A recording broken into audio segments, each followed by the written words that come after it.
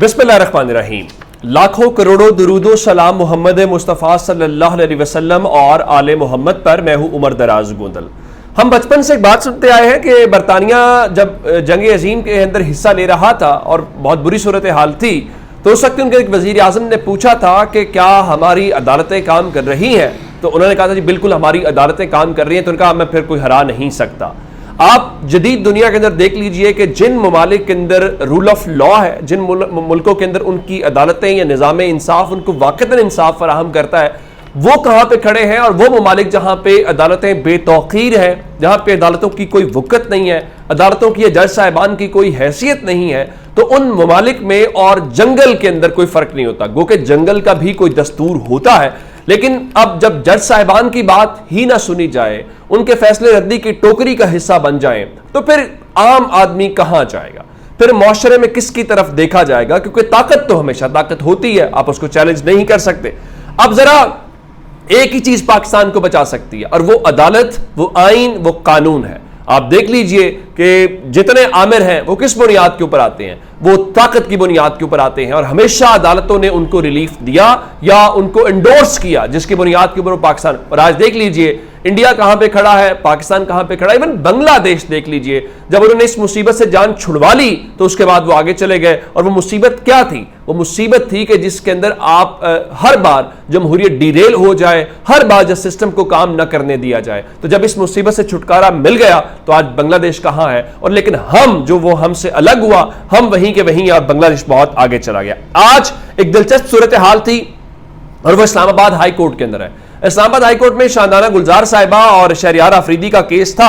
और वहां पे चूंकि जिस तरह चौधरी परवेज इलाही को 3 MPO के तहत गिरफ्तार कर लिया गया, तो जस्टिस बाबर सत्तार बड़े उनकी तारीफ भी की जाती है। और वो तारीफ इसलिए है कि जरा जुरिस्टिक माइंड रखते हैं। उन्होंने आज पहला सवाल ये उठाया कि ये 3 MPO आया कहां से है। तो पता ये चला कि पाकिस्तान में जहां बहुत सारे और जो फौजी आमिर हैं उनकी चीजें हैं, तो उनमें से ये भी 65 के उस आमिर की, अयूब की पाकिस्तान के ऊपर नवाजिश है, तो उसकी तरफ से ये आया। तो जिसके ऊपर उन्होंने कुछ अदालती मुआवनीन मुकर्रर किए हैं, यानी इस मामले को वो आगे बढ़ाना चाहते हैं। साथ ही उन्होंने शाहनाना गुलजार साहिबा और शहरियार अफरीदी को गिरफ्तार करने से रोक दिया, उसमें हुक्म तोसी कर दी।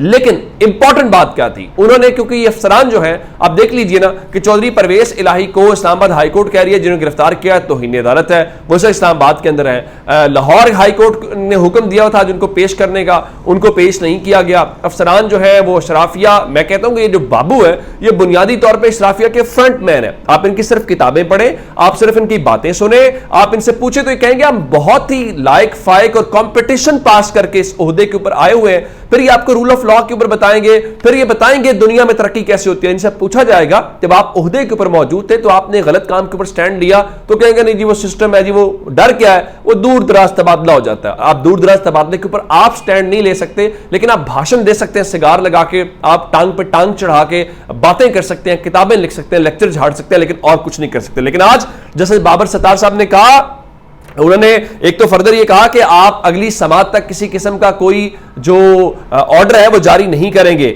और जिसके ऊपर उन्होंने कहा, जाहिर है कि आप अफसर तो होंगे, तो उन्होंने कहा डीसी साहब आपने सुन लिया ना, अब आप कोई फर्दर ऑर्डर जारी नहीं करेंगे। अगर जैसे बाबर सत्तार ने जो आज वाकई वो डट गए और नजर आ रहा है, अगर बाकी पाकिस्तान के जजेस भी इसी तरह से स्टैंड लें और इनके कानों से धुआं निकालें, तो आप यकीन करें हमारे बहुत सारे मसाइल हल हो सकते हैं। और इन ये जो बेलगाम किस्म की अफसरशाही है और इनकी लगामें कहां से चलती है वो हमें पता है। देखिए ये आपके मुझके ऊपर तो बहुत जोर चलता है, लेकिन जहां जोर चलाना चाहिए, जहां स्टैंड लेना चाहिए, वहां ये स्टैंड नहीं ले सकते। और उसकी बहुत सारी वजूहात है। आप देख लीजिए इस जो सबसे ज्यादा बदकिस्मती की सूरत हाल है इस थोड़े अरसे में हमने देखी है, वो पाकिस्तान की अदालतों के साथ जो कुछ हुआ है हमने वो देखा है। आप देखिए कि जो चौधरी परवेज इलाही हैं, उनके जिस्मानी रिमांड की इस्तदा की गई थी और ड्यूटी जज शाहरुख जो अर्जुमन है उन्होंने फैसला महफूज किया इंसदाद दहशतगर्दी अदालत के।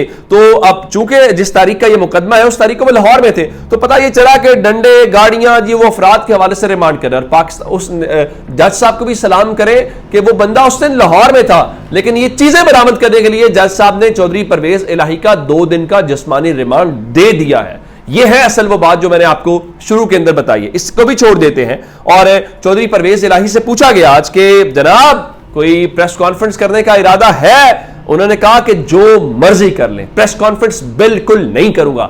आप एक बात तो दाद देना, चौधरी परवेज लाई के बारे में, चौधरी खानदान के बारे में यही कहा जाता है ना कि वो जनाब आते हैं वहां से वो एस्टैब्लिशमेंट की लाइन लेते हैं, लेकिन चौधरी परवेज लाई ने आखिरी वक्त में जिस तरह अपनी सियासत के आखिरी फेज के अंदर स्टैंड लिया, वो डटे हुए, मेरे ख्याल से ये बहुत बड़ी बात है, ये काबिल तारीफ है सब सियासतदानों के लिए। और उन्होंने अगले पिछले सब जो कर्ज है वो चुका दिए हैं और ये एक बहुत बड़ी बात है। अब रही बात अगली, जिस तरह इमरान खान वाला मामला है, तो इमरान खान का आज ये केस लगा हुआ था कि जो साइफर की दरखास्त के हवाले से जो वहां पे अटक जेल के अंदर उनका ट्रायल हो रहा है, तो उसको उन्होंने कहा था कि आप इसको यहां से मुंतकिल कर दें। तो एक तो जज सामिर फारूक साहब ने बहुत ही मेहरबानी की कि उनके जो वकील हैं शेर अफजल मरबत, उनसे मुलाकात का हुक्म दे दिया और कहा कि इमरान खान जो है वो अटक जेल के अंदर इस वक्त कैद नहीं काट रहे। जाहिर है जी वो वहां पिकनिक मना रहे होंगे या अपने शौक से वहां पे आए, तो वो कोई जेल तो नहीं काट रहे। लेकिन अदालत ने फिलहाल इसकी जो समाअत है वो 12 सितंबर तक मुलतवी कर दी है। और इस दौरान अब होगा क्या, इस दौरान इमरान खान की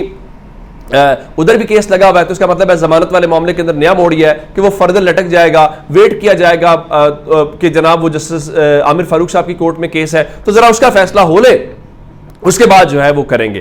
तो दूसरी तरफ जो उनके मुख्तलिफ मुकदमात है जिसमें कचहरी वाले और दीगर 9 मुकदमात थे, उनकी समाअत भी थी, तो उस हवाले से भी कोई पेशरफ नहीं हुई और जो समाअत है वो आइंदा जुमेरात तक फ्रीकैन को नोटिस जारी करके जो है वो इसको फिलहाल मुलतवी कर दिया गया है। उसके अलावा लाहौर हाई कोर्ट से एक डेवलपमेंट है, फिर मैं आपको अगली एक बात बताता हूँ। लाहौर हाई कोर्ट में जो आलिया हमजा साहिबा है, खदीजा शाह है और तैयबा राजा है, उनकी जमानत के हवाले से जो मुख्तलिफ तकरीबन 65 के करीब लोग हैं, उनकी जमानतों के ऊपर आज जो फैसला है वो महफूज हो गया है। उम्मीद है कि उनको रिलीफ जो है वो मिलता हुआ दिखाई देगा या रिलीफ मिलना चाहिए, या अभी मजीद शायद अना की तस्कीन नहीं हुई तो अभी मजीद रगड़ा लगाया जाएगा। जब आप खवातीन से लड़ने के ऊपर आ जाएं, जब आप बच्चों से लड़ने के ऊपर आ जाएं, जब आप बुजुर्गों के ऊपर के साथ लड़ने से आ जाएं, तो फिर आप मान लीजिए कि आपके बस की बात नहीं है। लेकिन चलिए, ये पाकिस्तान है, यहाँ पे ताकत का चलता है। अब आपने देखा होगा कि आजकल इस तरह महंगाई है तो मीडिया को महंगाई नजर नहीं आती। अब इमरान खान की तरह लोगों के मुंह के सामने वो करके नहीं कहते, और पाकिस्तान का मीडिया जो है, अब सिद्दीक जान का दावा यह है कि 1.5 बरस के जो हुकूमत पीडीएम की थी उस दौरान मीडिया को 10 अरब रुपए से नवाजा गया है। 10 अरब रुपए कोई छोटी अमाउंट नहीं है, यानी अरबों रुपए। और इस दौरान 1.5 अरब रुपया digital media, social media campaigns के लिए मुख्तलिफ सहाफ़ी और इदारों को नवाजा गया है। अब आपको पता चला होगा वो जो महंगाई इमरान खान के दौर में बहुत नजर आती थी और इन दिनों में नजर पिछले 1.5 साल में नजर नहीं आई, वो जिनको इमरान रियाज नजर नहीं आए, वो जिनको अरशद शरीफ नजर नहीं आए, वो जिन्होंने टीवी के ऊपर भरपूर हुकूमत का साथ दिया और उनके बयानियां फिर भी नहीं बना, तो उसके पीछे कमाल वो 10 अरब रुपए का था जो उन्होंने उनको नवाजा है। चलिए, किसी की तो हुआ, लेकिन अब चीजें बिल्कुल मुख्तलिफ हैं। आज मुख्तलिफ वो जो टोला अब शुरू हो गया है जो जस्टिस बंदयाल को करना चाहता है, और दूसरी तरफ जो जस्टिस, ये मीडिया की चांदी तो हो गई, तो जस्टिस काजी फायज ईसा के हवाले से आज खबर यह आई है कि सुप्रीम कोर्ट में जो ज़ेरे इल्तबा केसेस हैं उनमें इजाफा हो गया। यानी जब जस्टिस बंदयाल ने ओथ लिया था तो उनके ओथ लेने से पहले जो है वो 53,000 समथिंग कुछ केसेस जो थे वो ज़ेरे इल्तबा थे। तो अब जब जस्टिस बंदयाल जा रहे हैं, अब उनके चंद रोज बाकी रह गए, तो 56,500 जो ज़ेरे इल्तबा केसेस हैं वो हैं। बिल्कुल ठीक है, सुप्रीम कोर्ट में उन ज़ेरे इल्तबा केसेस की तादाद बढ़ गई है। लेकिन यहां पे एक इंपॉर्टेंट बात है, और वो इंपॉर्टेंट बात क्या है, इस दौरान पिछले काफी महीनों से काजी फायज ईसा साहब जो हैं वो चैम्बर वर्क कर रहे हैं, यानी वो कोई केस नहीं सुन रहे। हालांकि वो वैसे अवेलेबल नहीं थे, लेकिन हुकूमत ने जब वो जो ऑडियो के ऊपर जुडिशल कमीशन बनाया था तो उस हवाले से वो अवेलेबल हो गए थे। तो क्या अब ये जो केसेस 53,000 से बढ़ के कोई 3,000 केसेस का इजाफा हुआ है, क्या उनमें वो केसेस भी शुमार किए जाएंगे जो जस्टिस काजी फायज ईसा साहब ने सुनने थे लेकिन वो समाअत नहीं कर सके चैम्बर वर्क की वजह से? तो वो जाहिर है वो भी जस्टिस उमर अता बंदयाल के खाते में डाले जाएंगे, या ये सिर्फ जस्टिस बंदयाल को ही बुरा भला हमने कहना है? अपना बहुत सारा ख्याल रखिएगा। खुदा हाफिज।